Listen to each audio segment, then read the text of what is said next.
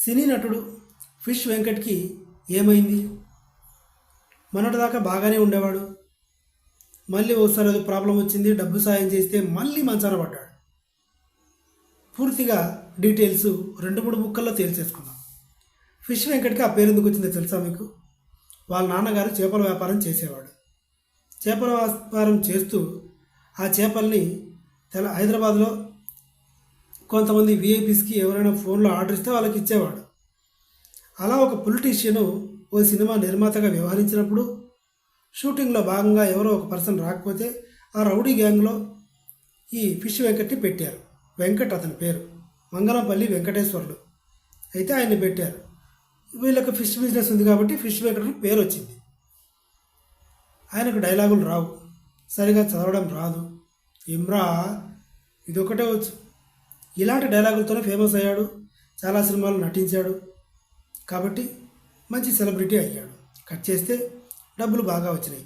మళ్ళీ కట్ చేస్తే అలాగే ఆ డబ్బుతో పాటు వ్యసనాలు కూడా బాగా వచ్చాయి. మందు, మస్క్, లస్క్ అన్నీ. సర్కిల్ బాగా పెరిగిపోయింది. దీనివల్ల సినిమా షూటింగులకి వచ్చేవాడు కాదు.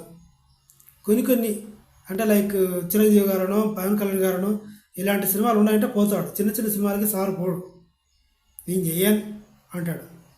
డేట్స్ ఇయ్యాడు అసలు. ఇలా అని విన్నాను. సో మొత్తానికి పార్టీ కల్చర్ ఎక్కువ.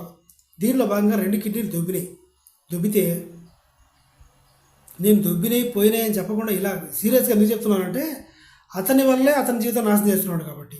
ఏదైనా యాక్సిడెంట్ అయితే నేను ఇలా మాట్లాడను, ఎవరైనా కొట్టి చంపితే నేను ఇలా మాట్లాడను. తన చేతులారా తన ప్రాణం మీదకి తెచ్చుకున్నాడు. సో 2 కిడ్నీలు పాడైపోయినప్పుడు చాలామంది సినిమా వాళ్ళు, యాంకర్ రోషన్ లాంటి వాళ్ళు కొంతమంది వేలకు వేలు డబ్బులు ఇచ్చి ఆయన ప్రాణాన్ని కాపాడారు. గత 3 నెలల క్రితమే ఆయన ట్రీట్మెంట్ చేయించుకొని డబ్బులతో మళ్ళీ స్మోకింగ్ మందు మళ్ళీ మొదలుపెట్టాడంట. కట్ చేస్తే 2 డేస్ బ్యాక్ మళ్ళీ బెడ్ మీద కంప్లీట్గా 2 కిడ్నీలు పాడైపోయాయి. డయాలసిస్ చేస్తున్నారు. ప్రాణం ఎన్ని రోజులు ఉంటుందో తెలుసా? ఇంకో 4-5 రోజులు మాత్రమే ఉంటుంది. ఈలోపు ఎవరైనా సాయం చేసినా కిడ్నీ ఒక్కటైనా సరే సెట్ అవ్వాలి. ఒక కిడ్నీ ఇస్తే తప్ప ఆయన బతకలేని పరిస్థితి. ఇప్పుడు చెప్పండి, ఎవరి అజాగ్రత్త వల్ల ప్రాణం మీదకి తెచ్చుకున్నాడు? ఎంతోమంది బౌన్స్ బ్యాక్ అయిన వాళ్ళు ఉన్నారు. ఫిష్ వెంకట్ గారికి ఆ టాలెంట్ ఉంది.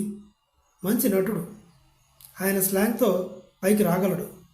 కానీ ఆ అలవాటుని, స్మోకింగ్ అలవాటుని, డ్రింకింగ్ అలవాటుని మానేయలేకపోవడం వల్ల మళ్ళీ పోగొట్టుకునే పరిస్థితి వచ్చింది. ఇది ఆయన పరిస్థితి. Please subscribe, stay tune.